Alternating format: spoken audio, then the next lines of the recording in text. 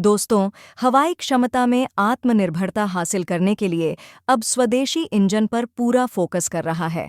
Kaveri engine की नाकामी से भारत ने इस प्रोजेक्ट को छोड़ा नहीं है, बल्कि इस कावेरी इंजन का इस्तेमाल अनमैन्ड व्हीकल में किया जा रहा है।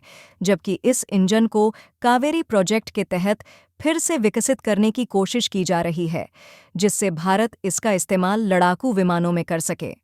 इसके अलावा भारत विदेशी पार्टनर के साथ भी मेक इन इंडिया के तहत भारत में ही इंजनों के निर्माण की प्रक्रिया में लगा हुआ है। भारत चाहता है कि कावेरी इंजन को इस लेवल पर विकसित किया जाए कि इसे एमका विमानों में इस्तेमाल किया जा सके। एमका विमान 5th जनरेशन का स्टील्थ विमान है। इसके लिए दमदार क्षमता वाला इंजन चाहिए। तो क्या कावेरी इंजन इसके लिए तैयार हो सकता है?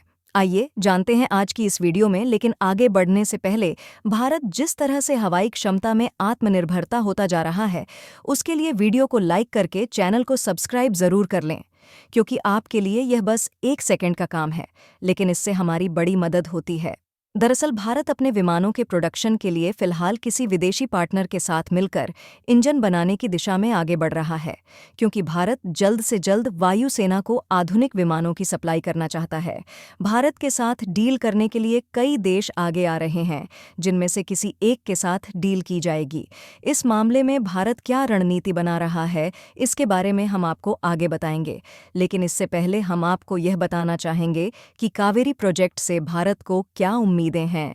दरअसल भारत ने कावेरी प्रोजेक्ट में काफी पैसा और वक्त लगाया था, लेकिन जिस वक्त भारत इस इंजन को विकसित कर रहा था, उसी वक्त भारत तमाम प्रतिबंधों का सामना कर रहा था। इसकी वजह यह थी कि भारत ने परमाणु परीक्षण किया था। बिना किसी विदेशी मदद के भारत ने खुद से ही इंजन को बनाया, लेकिन यह इंजन लड़ाकू विमानों को उड़ाने में नाकाम रहा। हालांकि फिर भी इस इंजन को फेल नहीं माना जा रहा है।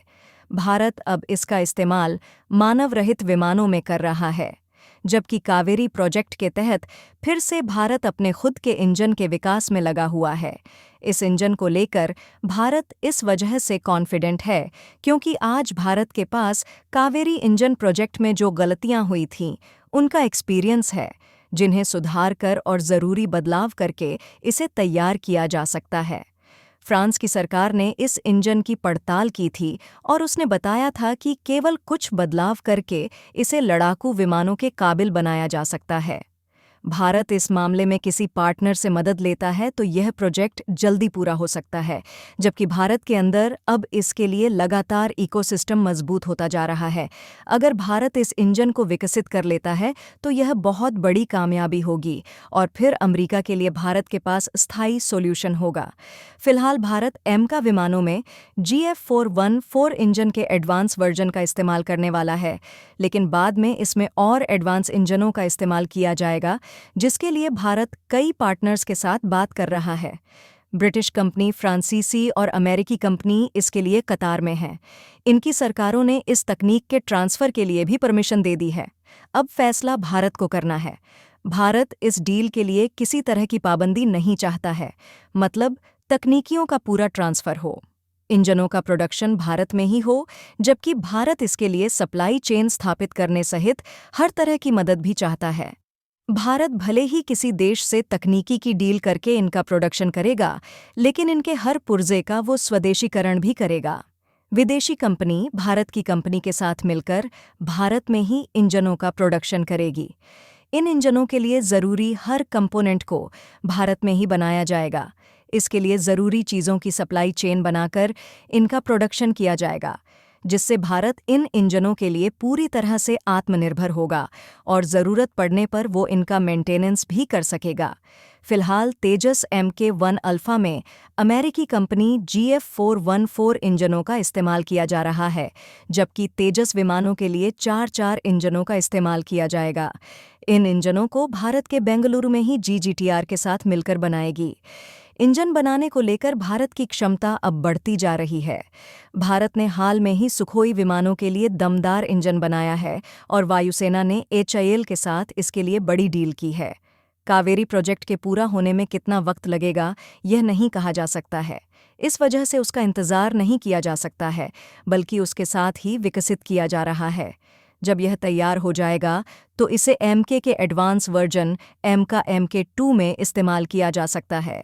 फ्रांस की कंपनी सैफ्रॉन और अमेरिका की कंपनी जनरल इलेक्ट्रिक को वहां की सरकारों ने भारत के साथ डील करने की परमिशन दे रखी है, जबकि ब्रिटेन की रोल्स रॉयस भी इस दौड़ में शामिल हैं।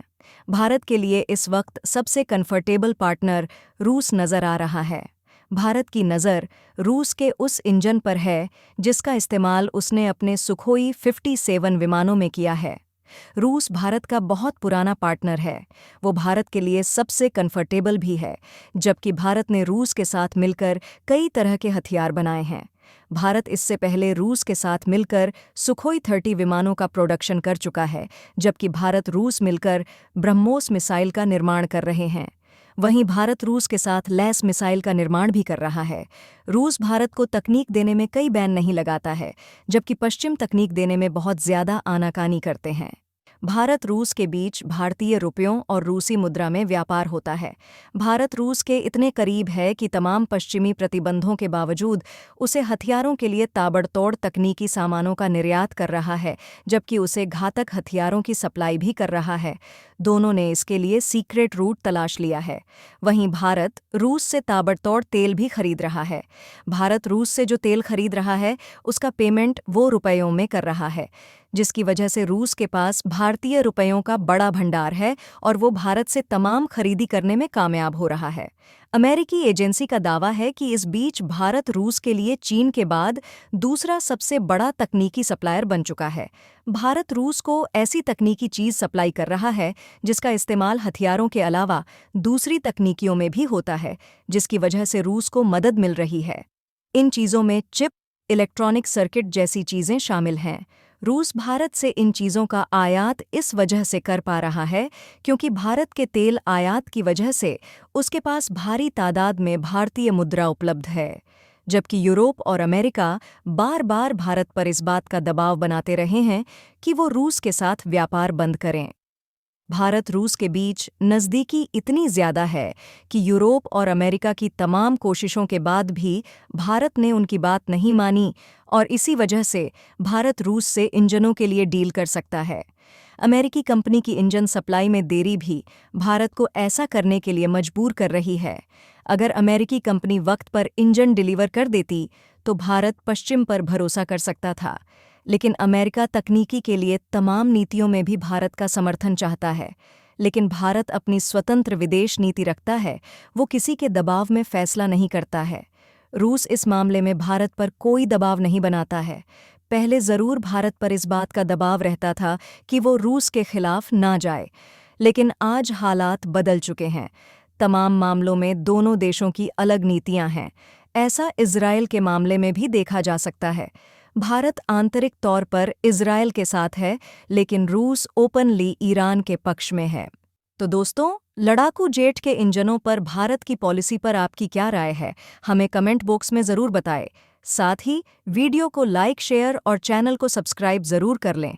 धन्यवाद। जय हिंद, जय भारत।